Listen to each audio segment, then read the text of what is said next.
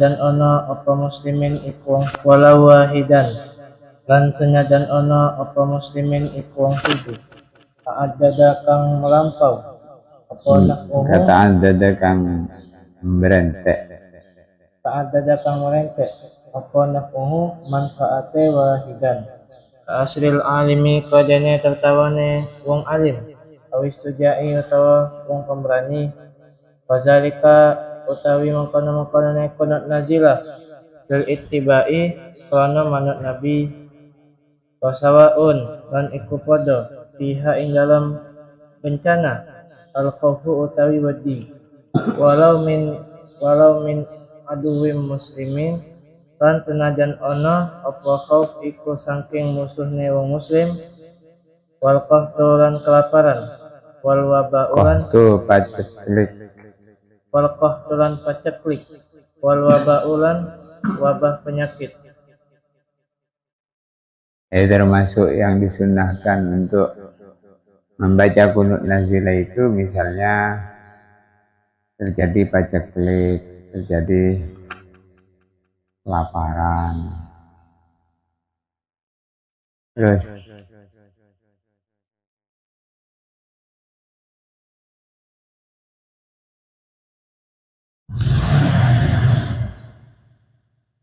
berdiri sini.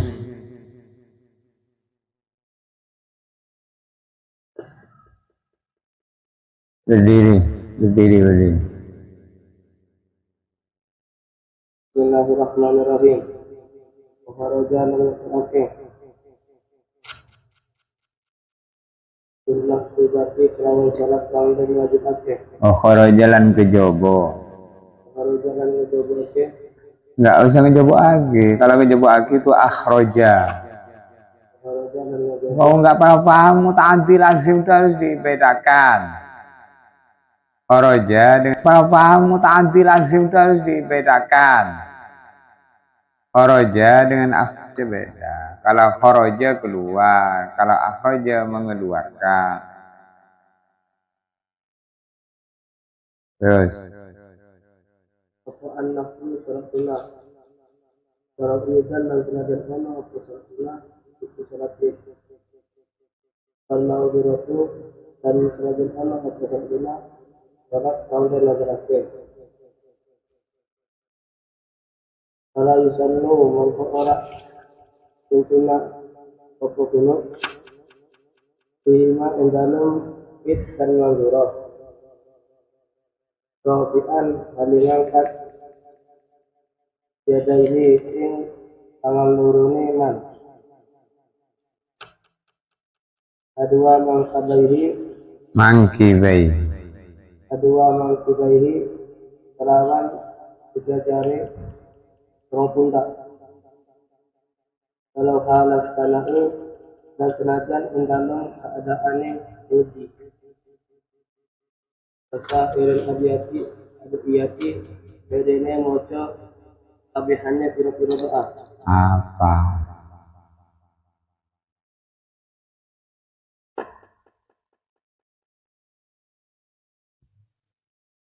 Enggak persiapan kau?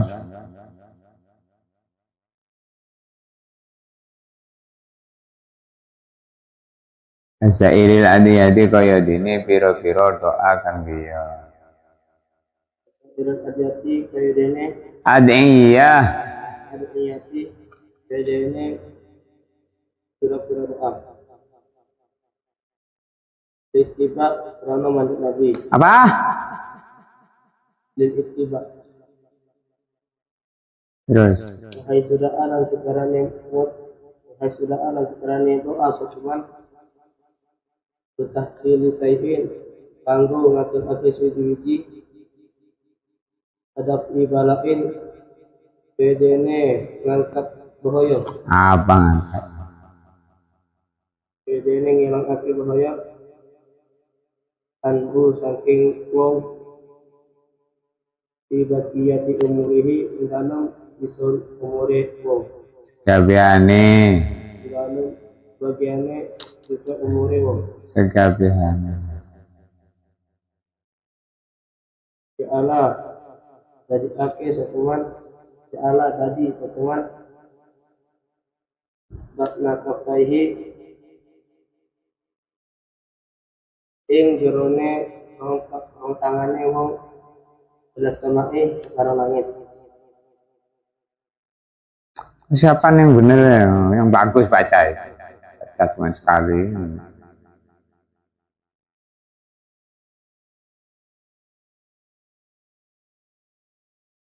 Bismillahirrahmanirrahim. Rabbi bilain. Apabila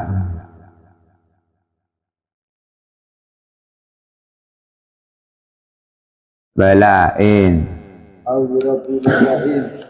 Itu sanggung nilangake rencana. Berdoa sanggung minggu. Balain. Tinggi lawan wong. Jala itu jadi ake sepuluh rumah ing bagian jobok yang telapak tangan ilaiha maring langit wa yukrohu dan makru ake waku arabku ngangkat tangan di khotibin kudu khotib ala rakyat du'ai ing keadaan berdoa Binahi Allahumma bimkina hadaita bila akhiri Kelawan untuk Allahumma bimkina hadaita bila akhiri lupa ya Marang akhiri doa dari itu yang baju itu di gantungan sama di atas kulkas ya di atas kulkas kalau nggak ada dalam wong jadi kalau doa posisi tangan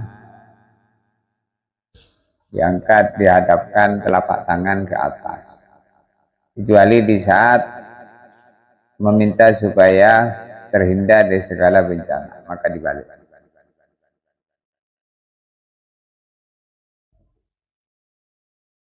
Auli rafi bala'in waqa'a bihi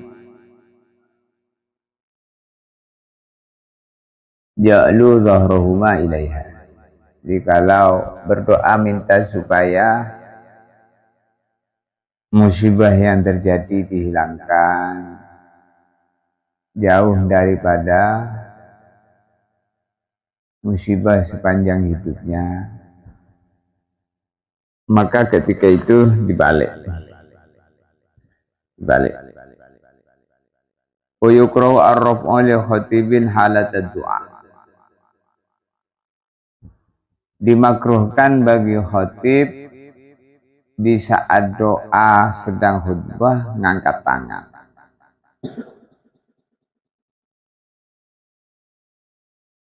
Ketika baca apa? Allahumma ighfir lil mu'minin wal mu'minat wal muslimin wal muslimat. Enggak usah angkat tangan kalau sedang khutbah. Makruh kalau ngangkat tangan untuk berdoa di saat khutbah. Yukrahu ar-raf'u ay raf'ul yadaini li khatibin halat ad-du'a. Jadi kalau doanya khatib di atas mimbar yang dia sedang khutbah maka makruh angkat tangan. Tidak disunahkan. Kemudian wala yusannu masul wajhi wa ghairihi ba'dal qunut. Tidak disunahkan setelah doa qunut selesai, tidak disunahkan mengusapkan kedua tangan di wajah. Tapi kalau di luar sholat, sunnah setelah doa kedua tangannya diusapkan di wajah. Rabbana atina fid dunya hasanah wa fil akhirati hasanah wa qina adzabannar. Alhamdulillahi rabbil alamin. Kalau di luar sholat. Tapi kalau di dalam sholat seperti sedang baca doa qunut maka setelah selesai doa tidak sunnah mengusapkan telapak tangan di wajah.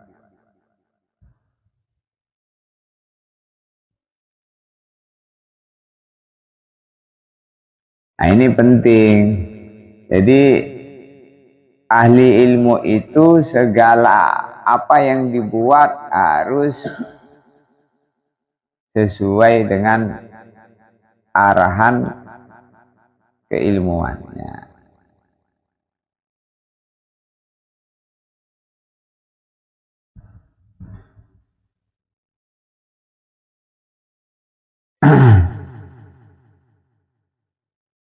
Paham ya? Jadi kalau doanya di dalam sholat seperti sedang kunut, maka setelah selesai doa tidak disunahkan mengusapkan telapak tangan di wajah. Tapi kalau doanya di luar sholat, maka setelah selesai berdoa, kedua telapak tangan diusapkan di wajah. Seluruh doa di luar sholat. Doa di luar sholat, nanti kalau selesai usap. Kalau dalam sholat tidak sunnah.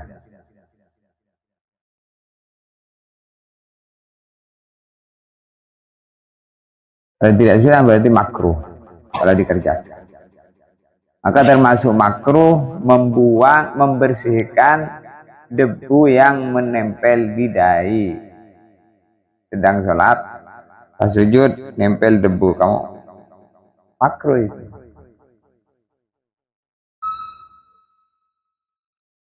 Termasuk makruh sedang tahiyat, at-tahiyatul mubarakatul salawatut, cukil-cukil tangan. Jadi tangan ketika tahiyat itu tidak boleh cukil-cukil tangan. At-tahiyat, asyhadu an la ilaha illallah, mantap. Jangan digerak-gerakkan begini, makruh. Kalau makruh berarti nanti mengurangi pahala.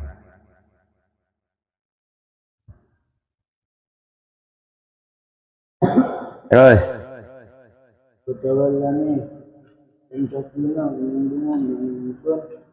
Allahumma hdini biman hadait wa afini biman afait. Ini doa kunut. Jadi membaca doa kunut itu sunnah, bukan bid'ah. Bagaimana dengan orang yang dia tidak mau dengan kunut subuh? Kalau nggak mau kunut, ya sudah. Tapi jangan nyalahkan orang yang berkunut.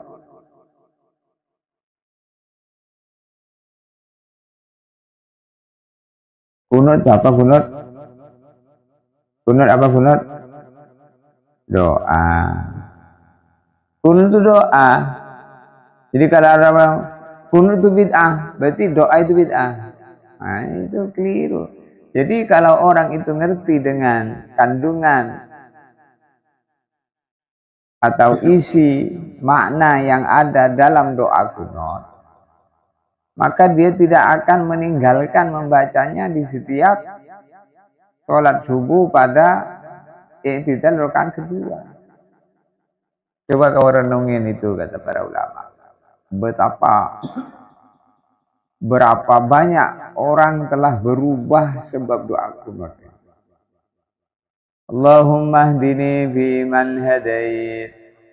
Ya Allah, engkau beri saya hidayah, petunjuk hidayah, sebagaimana hidayah yang engkau berikan kepada orang yang engkau beri hidayah. Itu artinya Allahumma hdini biman hadait. Wa afini biman afait. Ya Allah, engkau berikan saya afiah, sebagaimana afiah yang kau berikan kepada orang yang kau berikan afiah. Afiah itu apa? Afiah itu diantaranya 5 di dunia. Ada 10, 5 di dunia, 5 di akhirat. 5 di dunia, yang pertama dikasih ilmu. Yang kedua dikasih ibadah, kasih amal yang sesuai ilmunya itu. Yang ketiga dikasih rezeki yang halal. Yang keempat, bisa sabar menghadapi musibah. Yang kelima, bisa syukur atas segala macam-macam nikmat yang diberikan Allah. Itu afiat namanya. Jadi kalau kamu minta afiat, wa'afini biman afiat, ya Allah beri saya afiat sebagaimana afiat yang kau berikan kepada hamba-hambamu yang kau beri afiat. Apa itu afiat? 5 di dunia. Yang pertama apa tadi? Dikasih ilmu. Jadi hidupnya itu dikasih ilmu. Hidup ini kalau nggak dikasih ilmu, nabrak-nabrak kita. Karena ilmu itu lampu dalam kegelapan. Betapa gelapnya ruangan kalau nggak ada lampu. Maka ilmu itu adalah seperti lampu di tempat yang gelap. Ketika dihidupkan, maka menjadi terang. Kalau ada ilmu, maka kehidupan menjadi jelas. Ini boleh, ini nggak boleh, ini diarahkan, ini tidak diarahkan, ini dianjurkan, ini tidak dianjurkan. Kasih ilmu. Yang kedua dikasih ibadah. Dikasih ilmu, dikasih ibadah, ibadahnya sesuai ilmunya.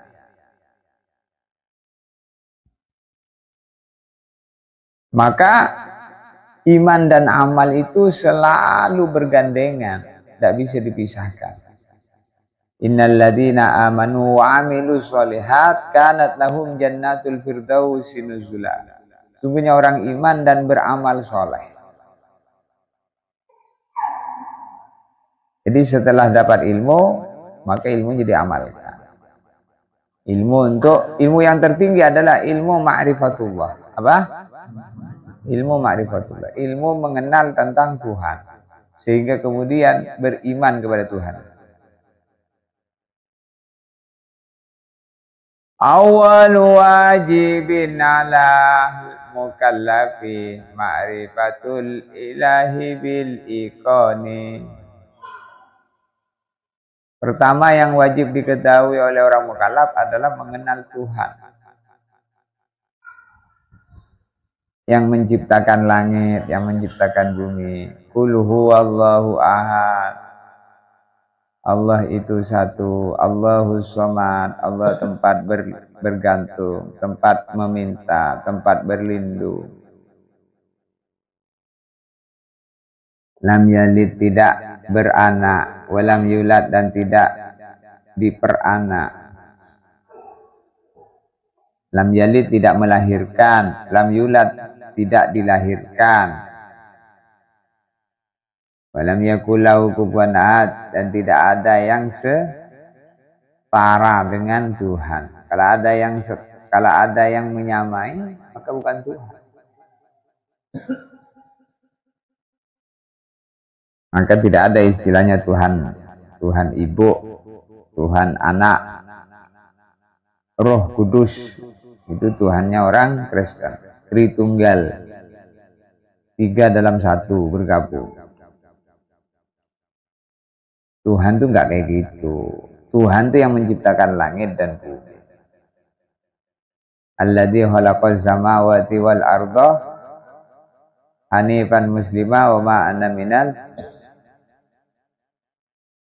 Alladzi fataraz samawati wal arda, dialah Allah yang menciptakan langit dan bumi.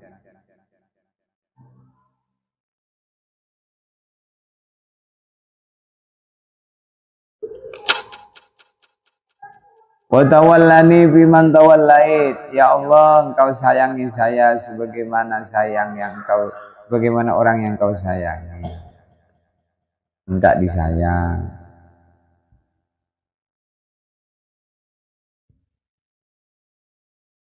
Wa barik li fima atait. Ya Allah, Engkau berkahi aku dalam segala apa yang Kau berikan kepadaku. Itu doa kunut.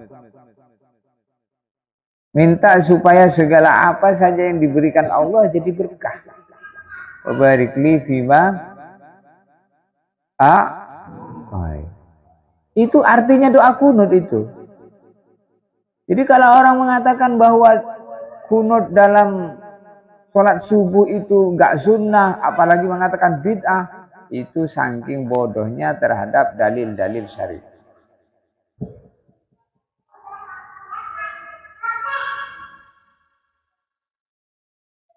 Maka kunut itu dibaca, kunut subuh dibaca pada i'tidal rakaat kedua.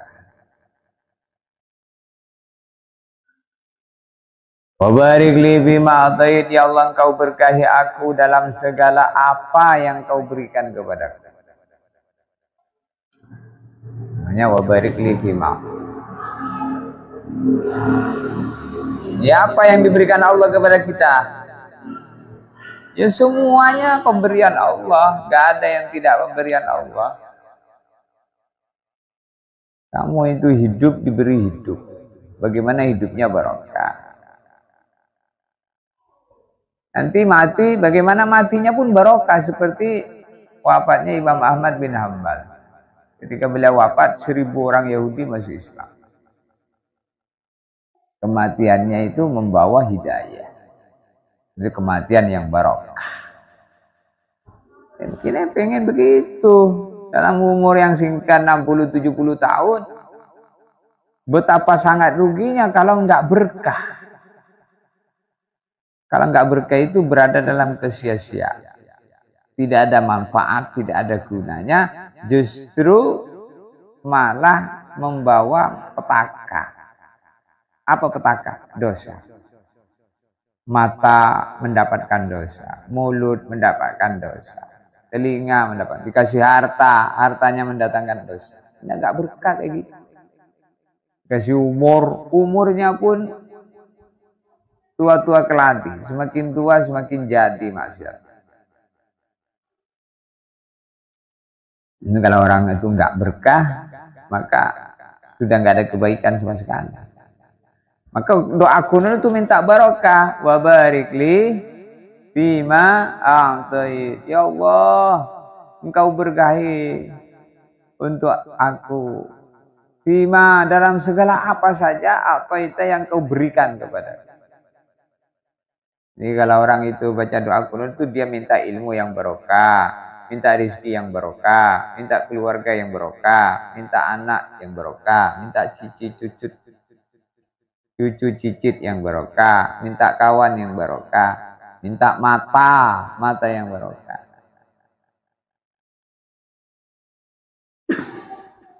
Sehingga pengen dalam segala apa amal yang dia kerjakan, pengen dapat ridho Allah aja.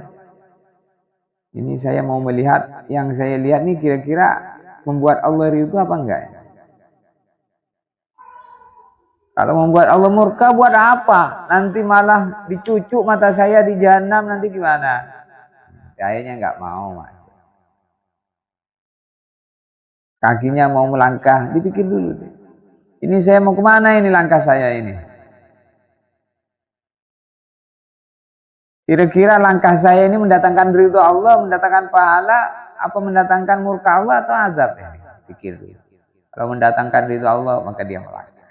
Kalau mendatangkan murka Allah, maka dia tidak melangkah.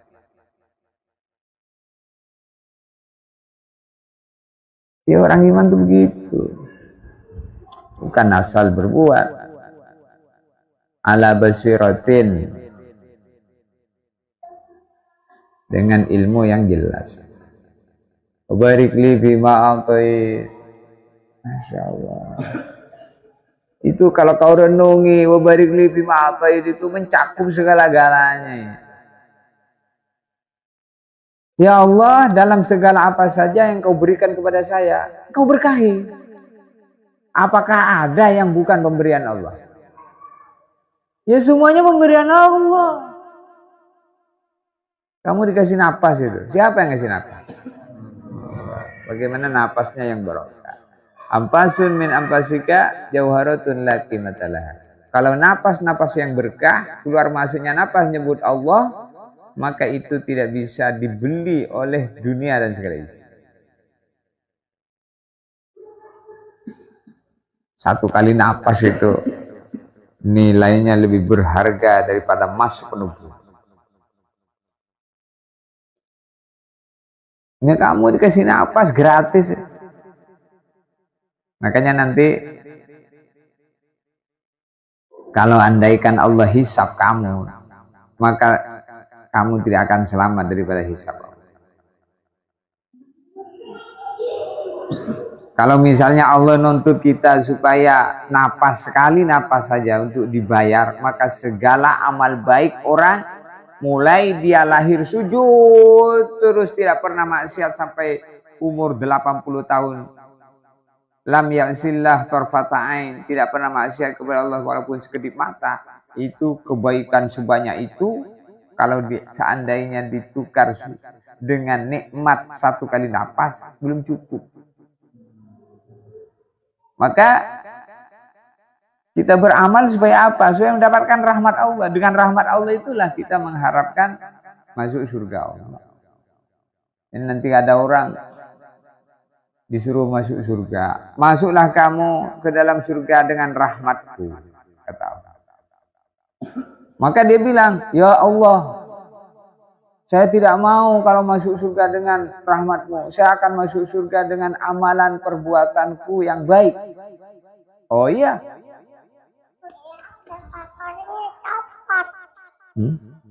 Orangnya copot. Ya nggak apa-apa. Awas, ya, ada orang. Main dulu. Oh iya, kalau mau begitu ya sudah.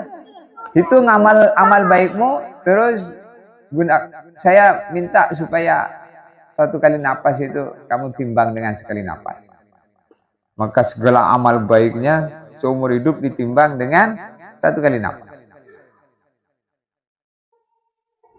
Maka seluruh amal baiknya itu habis, sedangkan belum cukup untuk membayar satu kali napas. Nah, yo.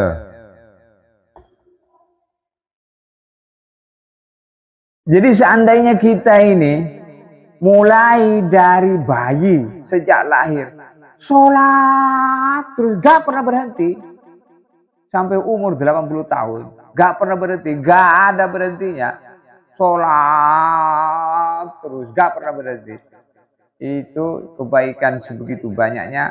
Kalau seandainya Allah Subhanahu wa Ta'ala bilang bayar dengan amal kebaikanmu sepanjang hidupmu,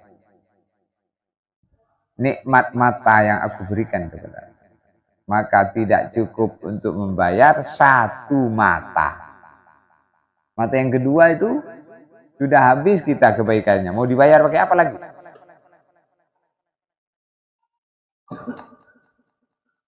Nah, maka dalam setiap amal itu harus diluruskan niatnya, pengen dapat ridho Allah, pengen dapat rahmat.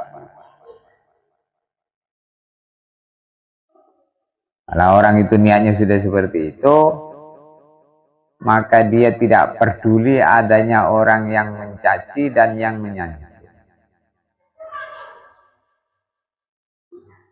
Dia hanya ingin mendapatkan ridho Allah. Jadi jangan sampai dalam setiap amal-amal yang kita kerjakan ini ingin mendapatkan manfaat dari makhluk, baik itu berupa pujian dan sanjungan. Ibtahu ar-rif'ata. Wa kini syarra ma qadait. Wa kina syarra ma qadait. Ya Allah, engkau jaga diriku dari buruknya keputusanmu. Dijaga dari buruknya keputusan Allah. Keputusan Allah itu apa? Qadha dan qadar. Kalau dijaga dari buruknya keputusan Allah, berarti dia dijadikan menjadi orang yang baik. Kita ini semua kan ditakdirkan Allah, tentukan. Maka kita minta dalam doa kuno itu, wa qini syarra ma qadait. Ya Allah, engkau lindungi saya dari buruknya keputusanmu. Maka takdir itu ada dua, ada takdir baik, ada takdir buruk. Maka di antara doa yang dibaca di bulan apa itu? Bulan Sya'ban ya. Bulan apa itu? Bulan Asyura atau bulan Sya'ban? Allahumma in kunta katabtani fis sa'adah fatsabbitni wa in kunta katabtani fis syaqawah famhu anni wa kutubni fis sa'adati ya rabbal alamin. Allahumma ya Allah in kunta katabtani fis sa'adah, bila engkau mencatat aku, menulis aku dalam takdir yang kau tulis untuk aku termasuk orang beruntung, bahagia, selamat, fasabbitni, maka tetapkan itu. Wa in kunta katabtani, bila engkau mencatat aku, menulis aku dalam takdir yang kau putuskan untuk aku, engkau catat aku fisaqawah, orang-orang yang celaka, rugi. Famhu ani, aku mohon engkau hapus itu ya Allah. Waktubni fis sa'adah, lalu kemudian engkau ganti dengan engkau mencatat aku ini orang untung ya. Pernah nggak doa kayak gitu? Jangan merasa kita ini sudah ahli surga. La yasba'al mu'minu minal khair hatta yakuna muntahahul jannah. Kalau masih hidup di dunia, orang beriman itu tidak pernah merasa ahli surga. Tidak pernah merasa cukup dengan kebaikan yang dikerjakan. Kurang terus.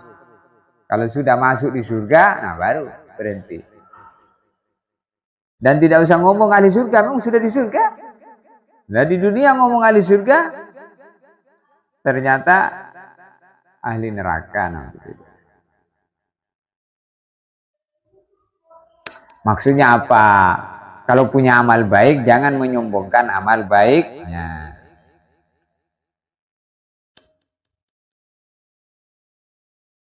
Tetapi boleh mengatakan, wallahu la yukhliful mi'ad, Allah tidak pernah menyalahi janjinya. Dan Allah SWT berjanji, innal ladzina amanu wa amilus sholihat, sesungguhnya orang iman dan beramal baik, kanat lahum jannatul firdausi nuzula, pasti bagi dia surga firdaus. Maka saya yakin Allah jadikan saya orang beriman, Allah jadikan saya orang beramal soleh. Saya yakin Allah akan memasukkan saya ke dalam surga firdaus dengan janjinya. Boleh mengatakan begitu,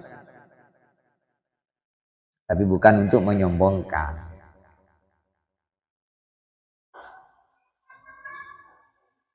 Wakini syarromah qadaid, itu doa kunut itu. Jadi kalau ada orang mengatakan apa doa kunut itu tidak sunnah, bid'ah. Oh jangan dulu, kamu renungin doa kunut itu. Apa itu artinya?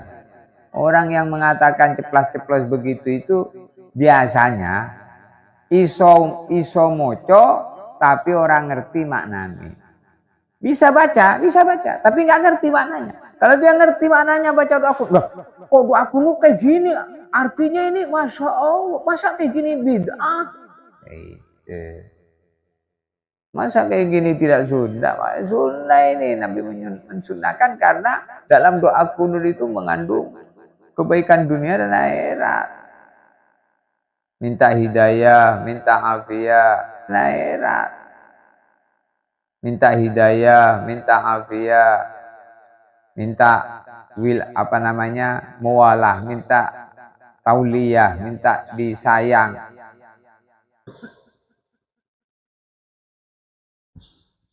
Minta selamat. Seluruh doa selamat, ada kan doa selamat kan? Itu tercakup dalam afiat. Salamatan fiddin, selamat urusan agamanya. Berarti dikasih apa? Ilmu. Afiat kan 5 di dunia, dikasih ilmu. Selamat urusan agama itu Allahumma inni as'aluka salamatan fiddin. Ya Allah, saya minta kepadamu selamat urusan agama saya. Selamat urusan agama itu kalau hidup dengan berdasarkan ilmu. Kalau bodoh gimana mau ngerti, mau selamat. Salamatan fiddin. Afiatan fil jasad. Ya, masuk afiat tadi itu. Itu baru disebutkan afiat dalam jasad saja.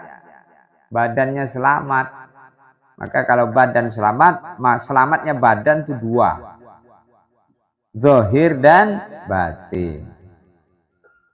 Kalau batin selamat dari sifat-sifat tercela. Hatinya selamat dari sifat takabur. Selamat dari sifat riya, sum'ah, ujub, bangga diri. Kemudian badannya selamat secara zahir. Zahirnya menjadi orang yang taat kepada Allah. Matanya secara zahir hanya melihat yang baik-baik, mendengar yang baik-baik, bicara yang baik-baik, kaki tangan berbuat ke yang baik-baik. Itu zahir. Matanya sehat, secara zahir matanya sehat, dibuat sehat. Kamu mata sehat, tidak pernah mengatakan alhamdulillah. Kenapa? Karena kamu nggak pernah melihat orang yang matanya sakit. Kalau kamu mau bisa syukur atas nikmat mata, datanglah kamu di rumah sakit mata. Di mana di sana bermacam-macam orang menderita sakit mata. Ada yang ketarak, ya, ada yang rabun, harus pakai kacamata yang tebal, min sekian plus, macam-macam. Saya pernah datang di rumah sakit mata di Palembang. Ketika masuk di situ, duduk di ruang tunggu, tiba-tiba ada orang keluar dari ruangan dalam keadaan mata sebelah diperbal. Begini. Ternyata dia habis operasi mata. Lalu orang seperti itu ketika melihat ada orang sakit mata, dia akan pegang matanya sendiri. Alhamdulillah, mataku sehat, tidak perlu bayar. Dia dioperasi matanya, ya kan? Sehingga ditutup pakai perbal itu, nggak bisa mata. Dia pergi ke kasir, dia bayar. Berapa bayarnya? Padahal di matanya sudah sakit begini tadi, dia suruh bayar. Bayarnya 100 juta. Satu mata 100 juta. Dua mata 200 juta, itu murah. Jadi nikmat sehat ini lebih tinggi dibanding nikmat harta benda. Pernah nggak kamu berpikir kalau ada orang nggak bisa kentut? Ayo, tidak bisa? Nggak bisa kentut sebulan. Kembung perutnya. Kembung. Dibawa ke Palembang. Kata dokter, ini harus dioperasi ini. Ada saluran tertutup, saluran kentut. Gimana? Mau nggak dioperasi? Maka dia bilang, yang penting saya bisa kentut. Kalau memang harus operasi, tidak apa-apa. Kata dia. Kata yang sakit perut. Maka dokternya bilang, tanda tangan dulu Pak, pembiayaannya ini 100 juta. Dia tekan tanda tangan. Yang penting bisa kentut. Walaupun harus di rumah. Walaupun dia harus menjual tanah di air. Harus jual tanahnya, jual kebunnya.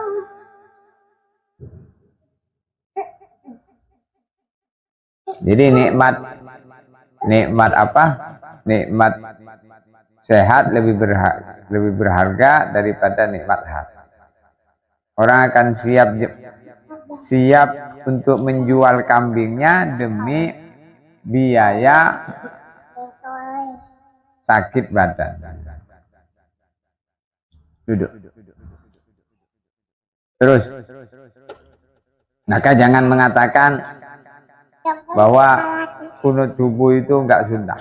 Orang yang mengatakan kunut subuh enggak sunnah, saking jahilnya terhadap dalil-dalil syariat.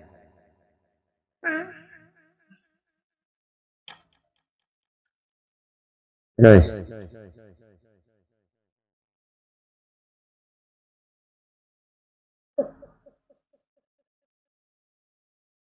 maka doa kunut itu kamu harus tahu dengan artinya. Mencacat. Tidak ada. Terus kula aturin jaga panjenengan ing ingsun. Saroma ing eleki perkara qadaita kang mutusi panjenengan. Emang qadaita kang mutus panjenengan. Fa innaka sak temene panjenengan iku takdi mutusi. Wala yuqdolan ora bakal diputus alaika kanggo panjenengan. Jadi Allah itu yang memutuskan. Allah itu tidak pernah diputuskan. Maksudnya Allah yang menentukan, tidak ditentukan.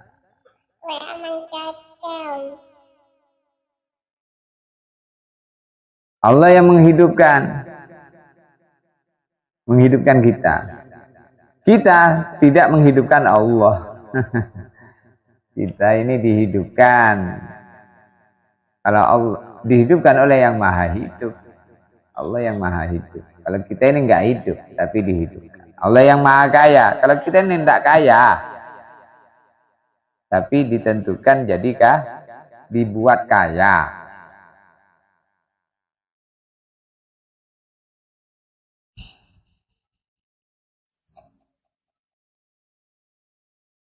Kita tidak hidup, tapi dibuat hidup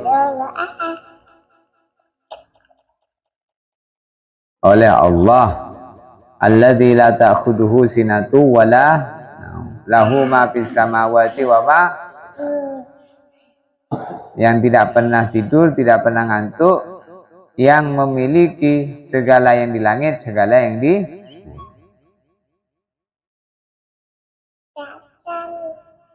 bawa ke rumah sama kakak.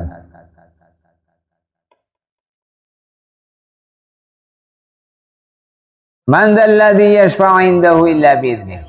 Siapa sekiranya yang bisa menolong tanpa izin Allah?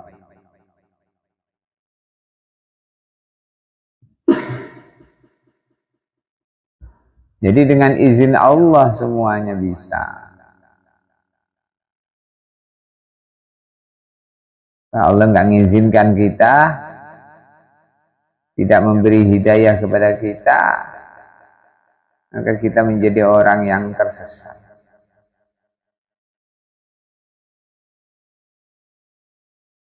May yahdihillahu fala mudhillalah wa may yudlil fala hadiyalah.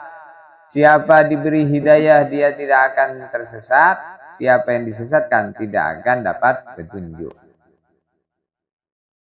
Kamu ini jadi santri itu karena dijadikan santri oleh Allah. Kalau tidak dijadikan santri, ya nggak jadi santri. Seperti teman-teman kamu yang nggak jadi santri di kampung. Siapa yang baik karena dijadikan baik oleh Allah. Yang kaya dibuat kaya, yang tampan dibuat tampan, yang cantik dibuat cantik. Maka jangan sombong dengan ketampanannya, karena ketampan itu bukan milikmu. Ditempel oleh Allah untukmu. Yang kaya dibuat kaya, maka jangan sombong dengan kekayaannya, karena kekayaan itu bukan milikmu. Kamu itu bukan kaya, tapi dibuat kaya. Sebenarnya kamu itu gak punya apa-apa. Adapun apa-apa yang ada pada kamu itu milik Allah, bukan punyamu. Maka kata Buya Hamka dari Padang. Barang siapa dia mengatakan ini rumah-rumahku, ini mobil-mobilku, ini sawah-sawahku, ini istriku, ini anakku.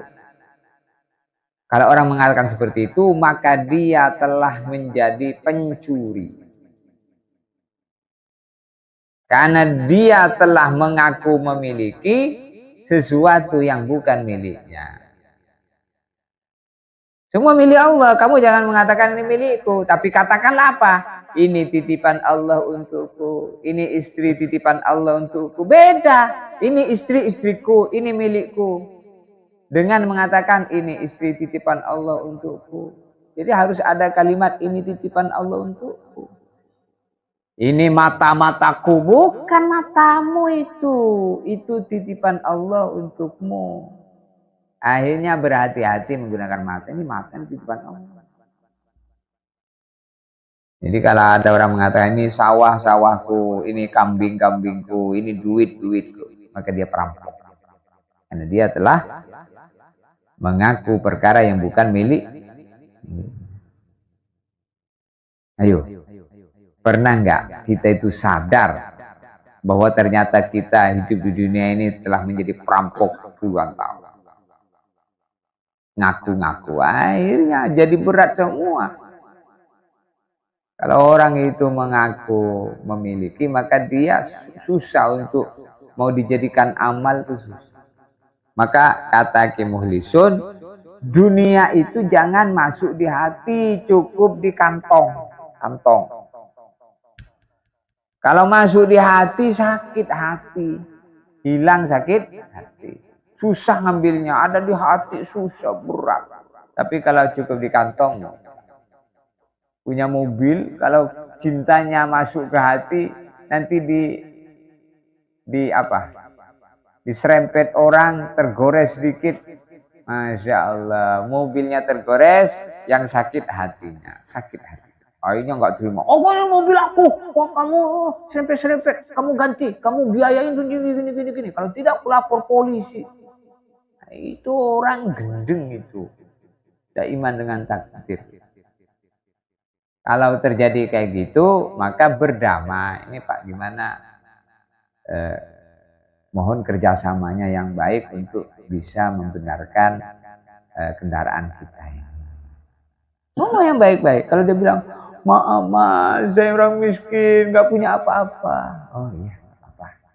Silahkan, hati-hati. Gitu. Biar kita benerin sendiri, tidak bener ya biarin baik. Pakai dalam keadaan tergores itu tidak apa-apa. Jangan sampai gara-gara dunia hati jadi hancur. Banyak orang gara-gara dunia jadi hancur. Siapa orang yang gara-gara dunianya hidupnya menjadi hancur? Orang yang terlalu ingin dihargai. Kalau orang itu pengennya dihargai, nanti apa-apa itu yang berkaitan dengan dirinya kok tidak disempurnakan, dia akan nongkrong.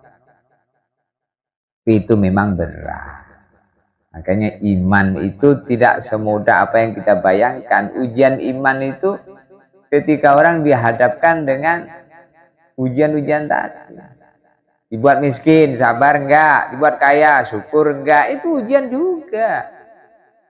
Dikasih mata, sabar enggak nunduk dari perbuatan maksiat? Apa melotot terus kepada perempuan telanjang di pinggir sungai? Nah. Kalau orang senangnya melihat yang maksiat, pasti dia susah melihat yang baik. Berarti tak lulus dia di dalam ujian mata. Kalau orang yang lulus ujian mata senang melihat yang baik, susah melihat yang buruk. Nah, itu lulus dia. Ya kamu jangan mulai sekarang jangan pernah bilang ini sandalku. Ini sandal siapa? Sandalku. Keliru. Ini titipan Allah untukku. Jadi itu agama itu kalau diomong secara yang benar itu terasa asing di telinga orang, kan nggak biasanya. Tapi dengan mengatakan seperti itu ada ini titipan Allah untukku, maka ingat Allah terus di dalam menggunakannya. Ini titipan Allah untukku. Ingat Allah. Akhirnya nggak sembarang menggunakan. Karena perasaan merasa titipan Allah itu nggak pernah terlintas, nggak pernah terucap dalam hatinya.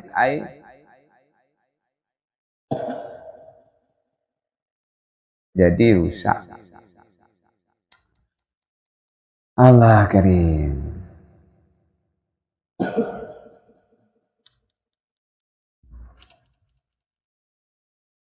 Jadi kadang kita banyak berbuat keliru dan tidak merasa atas kekeliruan yang kita buat. Dalam ucapan banyak kita ini keliru. Banyak kita keliru. Dalam mata melihat, banyak melihat yang keliru.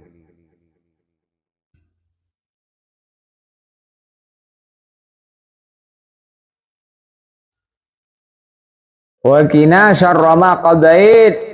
Ya Allah, engkau jaga aku dari buruknya takdirmu, dari buruknya keputusan. Maka kita minta kepada Allah, ya Allah, aku mohon kepadamu selamat dunia dan akhirat. Karena urusan selamat dunia dan akhirat itu Allah yang memutuskan. Diputus selamat, selamat. Diputus celaka, celaka.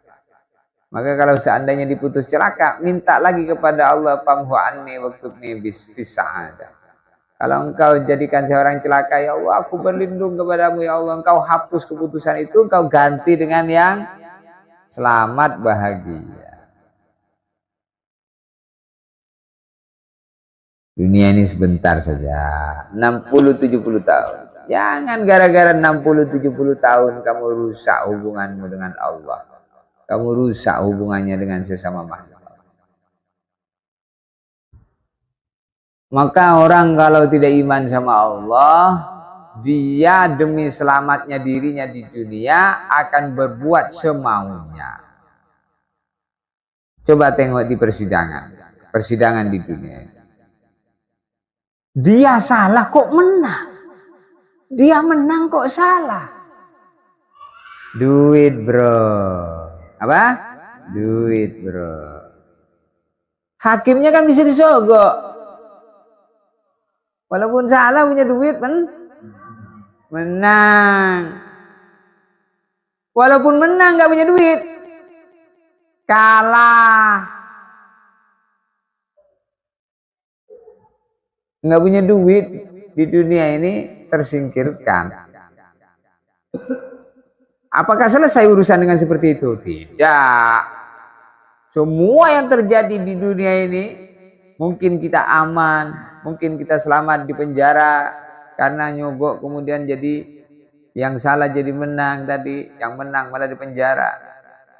Kayak Nabi Yusuf. Nabi Yusuf yang benar. Kok malah dia di penjara, Zulaikha yang salah?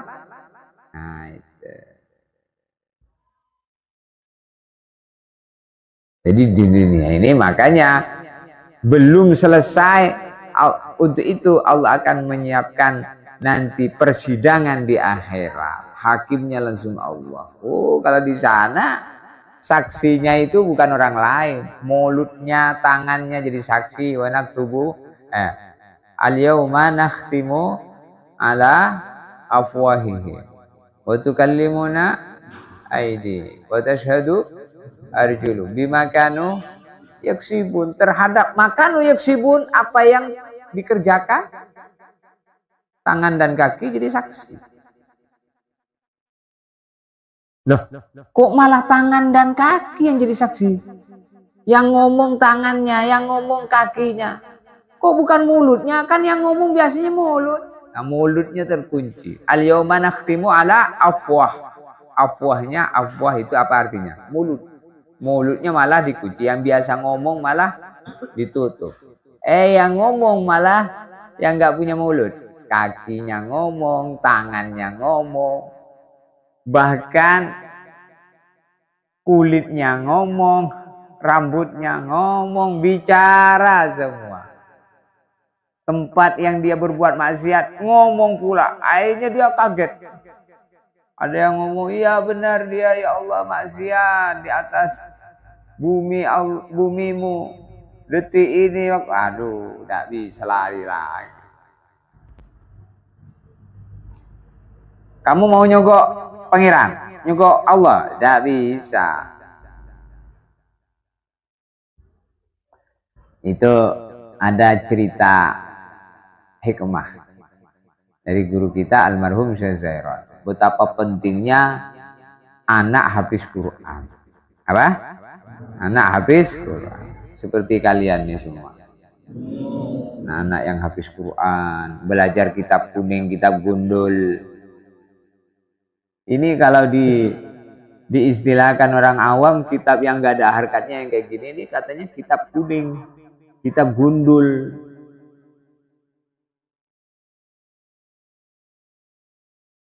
Isinya apa kitab-kitab seperti itu? Isinya adalah omongannya para nabi, omongannya para ulama sebelum, sebagai arahan dalam kehidupan. Bukan sembarang isi. Karena nanti kalau terjadi hari kiamat, anak yang habis Quran nanti bisa menolong 10 keluarganya yang sudah diputus masuk neraka. Maka akhirnya ditolong oleh anak yang habis Quran. Masya Allah.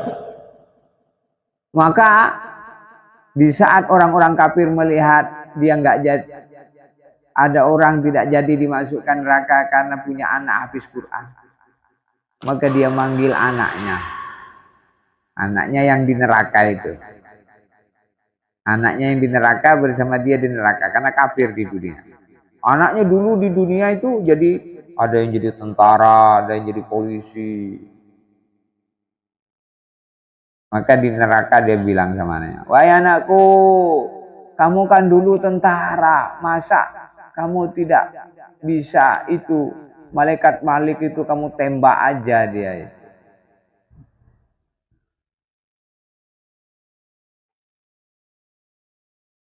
"Anakku, kamu kan orang kaya, masa kamu nggak bisa nyogok malaikat Malik itu supaya kita nggak di neraka?"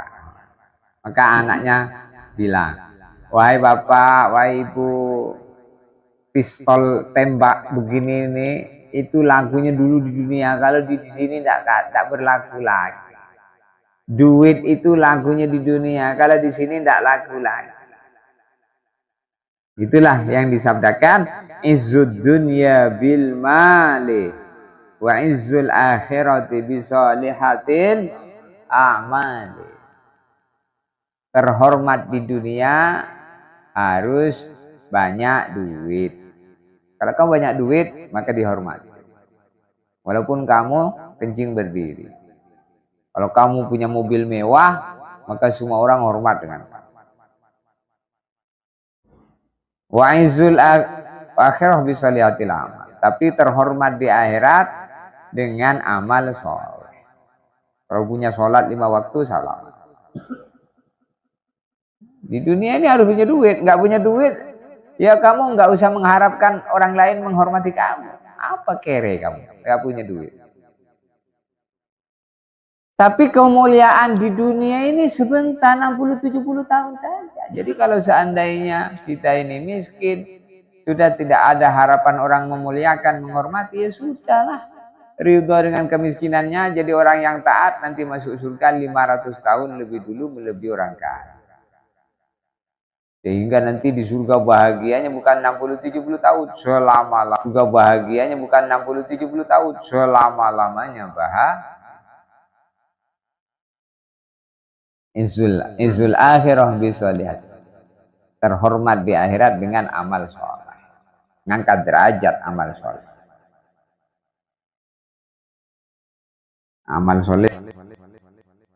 Amal soleh itu,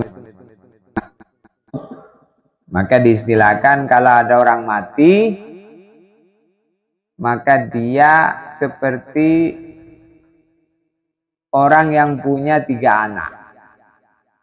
Anak pertama namanya Harben. Anak yang kedua namanya Amsol.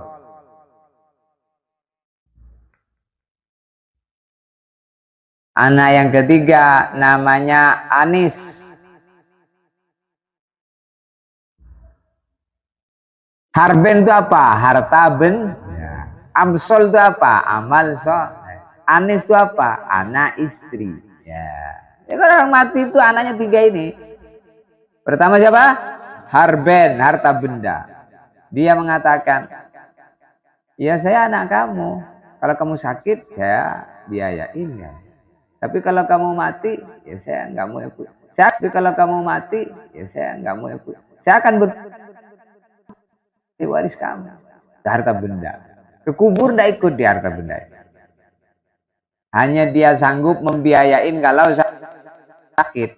Urusan selanjutnya saya nggak mau ikut campur. Kalau kamu mati, kepada orang.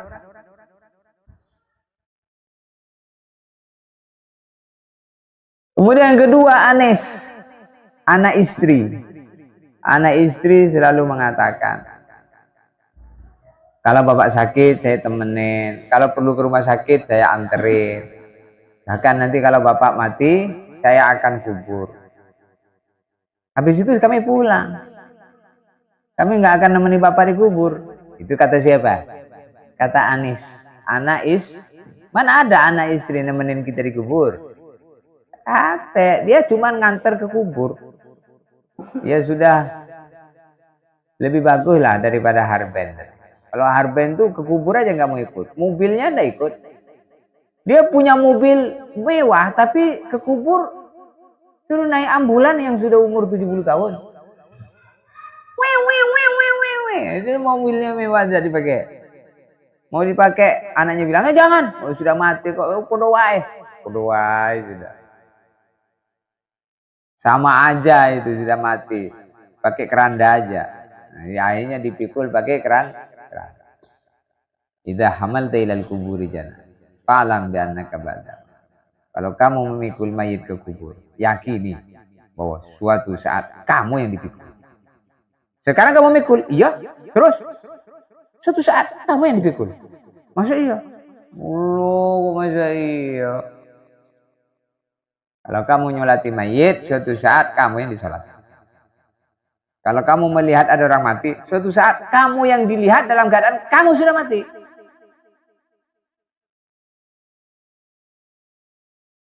Ini namanya mikir akhirat tuh kayak gitu. Itu Anis. Hanya nganter ke itu Anis. Hanya nganter ke kubur. Tapi anak yang sangat setia ini Amsol. Amal soleh.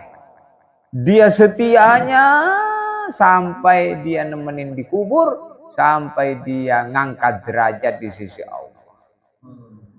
Amsol. Harben apa? Harta benda. Dia hanya membantu seputaran rumah saja. Kalau Anis yang kedua anak istri, dia masih nangisin seminggu. Habis itu istrinya nikah lagi. Aduh. Kejamnya kamu wahai istriku. Dia berteriak di kubur. Kejamnya kamu wahai istriku. Kamu nikah lagi. Dia teriak di kubur. Maka dia jawab, istrinya jawab. Kalau seandainya dengar jawab. Ya nikah lagi lah, aku masih cantik muda kayak gini. Kamu mati wahai di situ dimakan cacing tanah. Saya ini mau pindah ke pelukan suamiku yang baru. Waduh, sakit.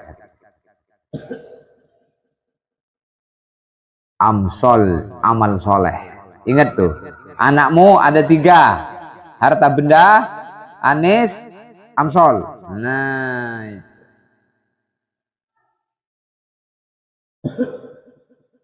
kalau kamu nggak punya harta benda ya anakmu cuman Anis sama Amsol. Karena kamu nggak punya anak, nggak punya istri, ya kamu Amsol bahaya anaknya. Kalau Amsol nggak punya, waduh, kamu seperti orang sudah tua nggak punya anak, susah kan? Kalau ada orang tua nggak punya anak, siapa yang mengurus dia? Tidak ada yang ngurus, gelandangan, sudah tua, bungkuk-bungkuk, siapa anaknya ini. Pas ditanya, aku itu nggak punya anak. Apa dulu ndak kawin? Mbak kawin, punya istri 4, tapi semua mandul. Nggak punya anak. Jadi anak itu membuat kita itu sedih nanti di masa tua. Kalau kita nggak punya anak, maka anak titipan Allah. Maka kamu jadi anak-anak yang bisa ngangkat derajat kedua orang. Nggak usah pengen jadi dokter, jadi polisi, jadi tentara. Yang jadi tentara sudah banyak, yang jadi dokter sudah banyak, yang jadi polisi sudah banyak. Kamu pengen jadi orang yang ahli masjid. Dan kemudian ngajak dokter, ngajak polisi, ngajak tentara supaya semuanya jadi ahli masjid. Gimana? Setuju?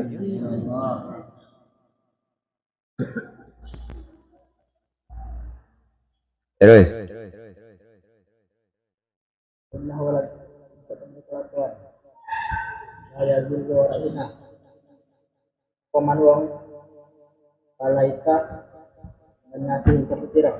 Jadi la yadillu man walait, tidak bakalan pernah hina orang yang disayang Allah.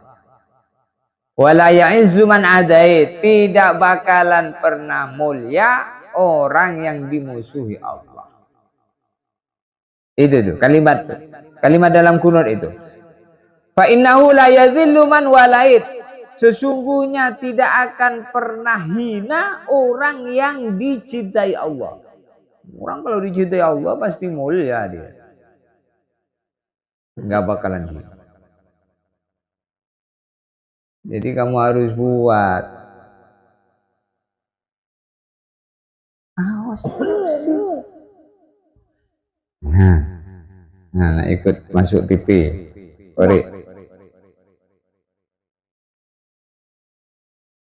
Wala ya'izzu man adai, tidak bakalan pernah mulia orang yang memusuhi Allah. Yang Allah memusuhi. Yang memusuhi Allah.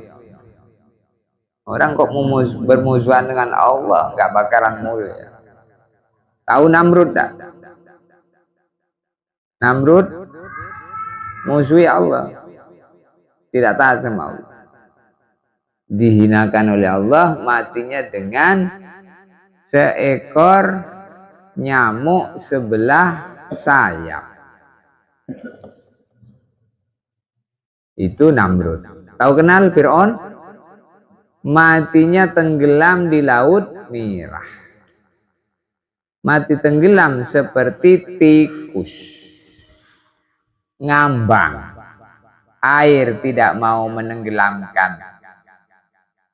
Tidak mau menyimpan jasadnya. Tanah pun tak mau. Akhirnya jasadnya Fir'aun itu dikasih balsam. Dimumikan. Apa? Diawetkan.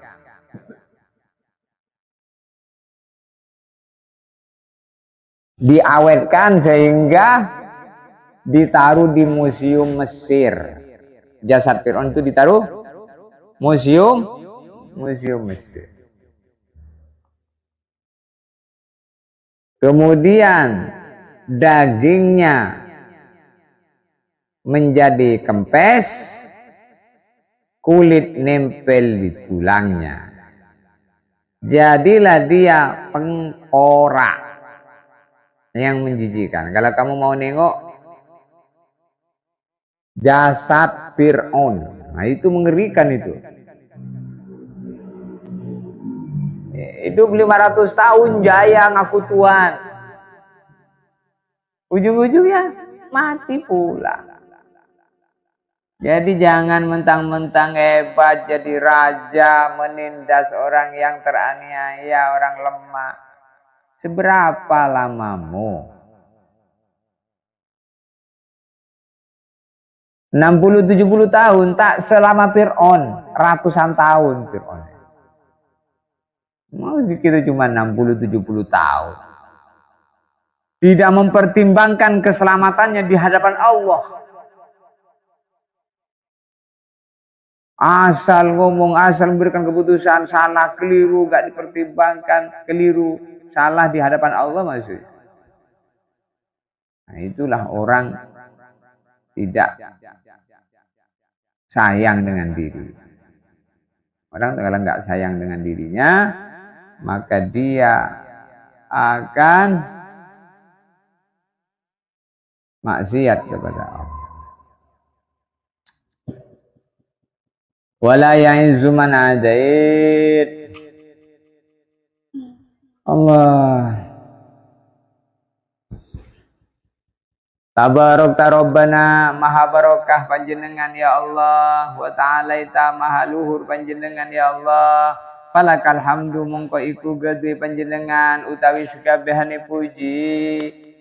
Alama ing atase perkara qadaita kang wis mutusi panjenengan. Astaghfiruka jaluk ngapura ingsun ing panjenengan, wa atubu ilaika lan tobat ingsun ing panjenengan. Astaghfiruka wa atubu ilaika. Falakal hamdu ala ma qadait. Segala puji bagi Allah atas segala macam-macam nikmat yang diberikan Allah. Maka selalu ucapkan alhamdulillah, nikmat. Supaya bisa syukur mengucapkan alhamdulillah, lihat orang yang di bawah kita. Kalau kita makan nasi bungkus, kita bersyukur. Masih ada orang yang makan di ngambilnya tong sampah. Kalau kamu makan nasi saja, tetap kamu bersyukur. Berapa banyak orang sebutir nasi pun belum kemakan selama seminggu. Jangan pernah melihat ke atas. Kalau kamu melihat ke atas, nggak bakalan pernah syukur. Ya, kalau mau bersyukur lihat ke bawah. Ya, kalau mau bersyukur lihat ke bawah. Susah-susahnya saya, ternyata ada orang yang lebih susah dibanding saya.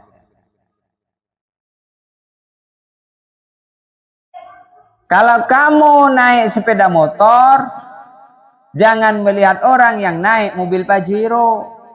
Lihatlah orang yang naik sepeda ontel. Alhamdulillah, walaupun motor butut, masih motor pula lebih cepat dari sepeda on. Alhamdulillah. Kalau kamu naik sepeda ontel, jangan melihat yang naik sepedamu. Lihatlah orang yang berjalan kaki. Alhamdulillah, saya masih punya kendaraan walaupun sepeda ontel daripada jalan kaki. Alhamdulillah, alhamdulillah. Kalau kamu berjalan kaki, jangan melihat orang yang naik sepeda ontel. Lihatlah orang yang kakinya satu. Alhamdulillah berjalan dengan kaki dua. Ada orang pincang, kaki sebelah pendek. Gitu. Atau tidak ada kakinya satu, loncat-loncat. Loncat-loncat. Alhamdulillah, Engkau kasih saya kaki dua ini ya Allah. Syukur terus. Kalau kamu punya kaki satu, jangan lihat orang yang punya kaki dua. Lihatlah orang yang tidak punya kaki sama sekali. Ada kan tidak punya kaki ngisot, set.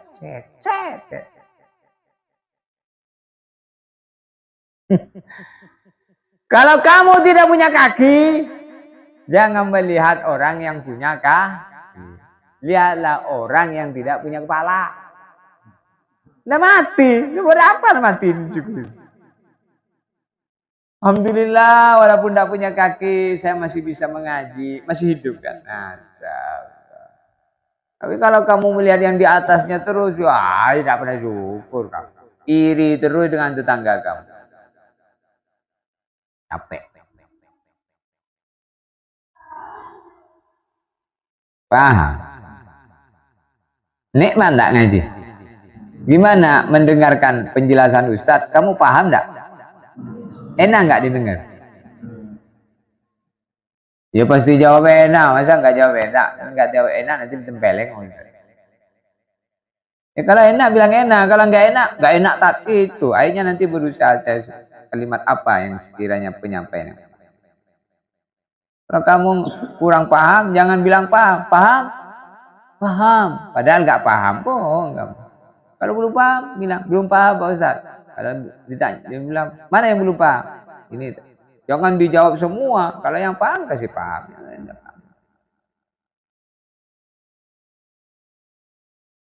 Jadi di pesantren harus nikmat, ya, harus nikmat. Suasana di kota santri asik menyenangkan hati. Ada kan? Ayo ulangin lagi. Suasana di kota santri asik menyenangkan hati. Asik itu nikmat, menyenangkan. Di pesantren mumet, nggak syukur. Makanya kalau kamu tidak menyempurnakan program 24 jam, kamu tidak akan betah di pondok. Nah, kamu betah di pondok itu ya sempurnakan program. Suasana di kota santri asik, menyenangkan hati. Itu di pesantren itu pasti asik, menyenangkan hati. Kata guru saya, almarhum Seseron, kalau ada santri gak betah di pesantren, itu nanti betahnya di comberan-comberan jahanam, di pasar-pasar, diskotik-diskotik. Gak betah di tempat baik, ya betahnya di tempat buruk. Karena manusia itu, kalau gak betah di tempat baik, betah di tempat buruk. Kalau nggak berbuat baik, pasti berbuat buruk. Hari-hari terus berbuat. Kondisikan diri kamu. Ngapain saya ini sekarang ini? Oh ngaji. Alhamdulillahilladzi hadana li hadza wa ma kunna linahtadiya laula. Ngapain ini sekarang ini? Oh sedang makan. Makannya pakai sunnah. Tadi cuci tangan, pakai tangan kanan. Dengan syukur dan sabar. Bismillah. Hari-hari itu harus berusaha 24 jam itu menghasilkan ridho Allah. Wa atubu ilaik, bertaubat kepada Allah, istighfar kepada Allah, bertobat kepada Allah. Kenapa istighfar dan tobat? Karena tidak ada orang yang tidak pernah berbuat dosa. Kullu bani Adam khata', semua manusia berbuat keliru, salah dan dosa. Wa khairul khata'in at-tawwabun.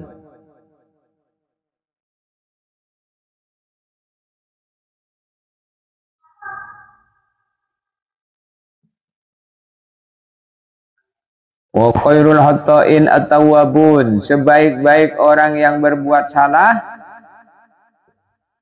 adalah yang bertaubat. Sebaik-baik orang yang berbuat salah adalah yang bertaubat. Maka kita bertaubat.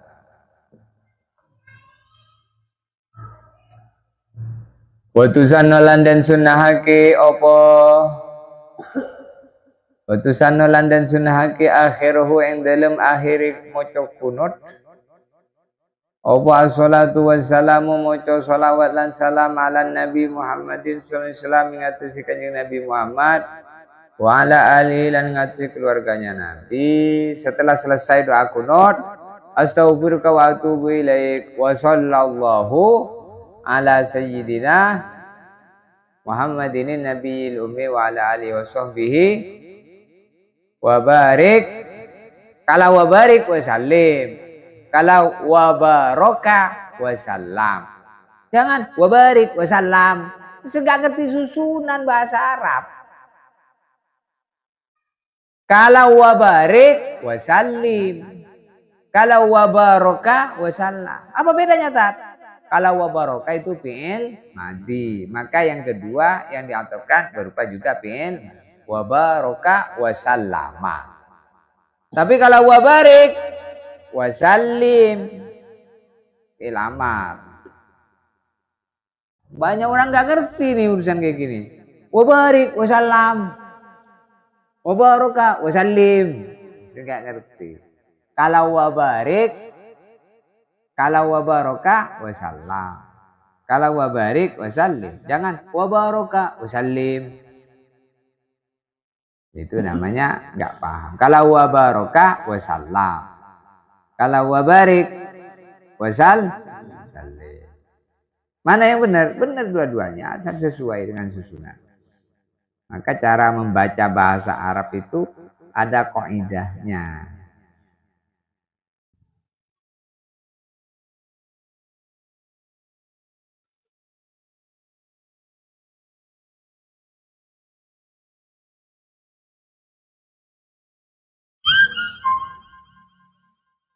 Wala tusanno lan ora den sunnahake apa maca shalawat salam awalahu ing dalem kawitane kunut. Wa yazidu lan nambahi sapa wong fi ing dalem kunut. Duduk. Wa yazidu lan nambahi fi ing dalem doa kunut sapa man wong marra kang maca kunut sapa man.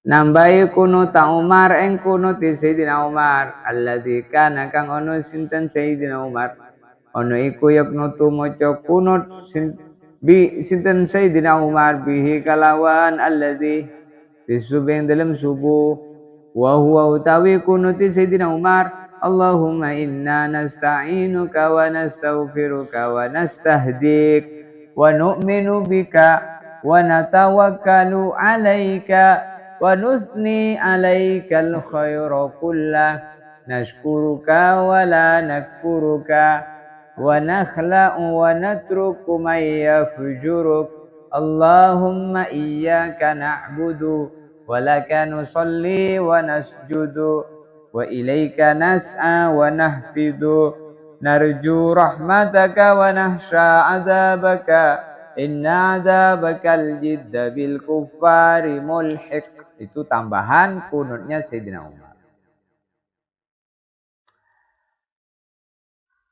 Allahumma du Allah inna nasta'inuka satemene ingsun jaluk tulung ing panjenengan jaluk ngapura ing panjenengan jaluk pituduh ing panjenengan wa nu'minu bika utawi wa nu'minu lan iman sapa kita bika kalawan panjenengan wa natawakkalu 'alaika lan tawakkal kita marang panjenengan wa nusni 'alaikal khaira kullah nyanjung kita ing panjenengan ing sakabehane kaapian naskuru kasyukur kita ing panjenengan wala nakfuru kalan ora pernah kufur kita ing panjenengan nakhla'u ngelepas sapa kita wa natruka lan ninggalake sapa kita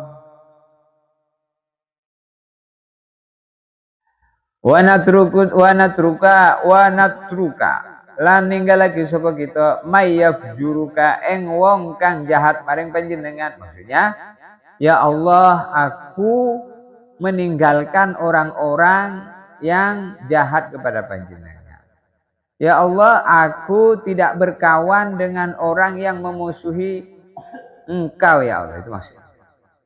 Allahumma iyyaka na'budu ya Allah kepadamu kami nyembah, wa laka nusolli dan kepadamu kami sholat, wa nasjudu dan kami sujud, wa ilaika dan kepada Engkau nas'a kami berjalan, nahfidu berjalan dengan cepat, narju rahmataka karena berharap rahmatmu. Wa nahsha 'adzabaka lari dengan cepat karena takut kepada azabmu.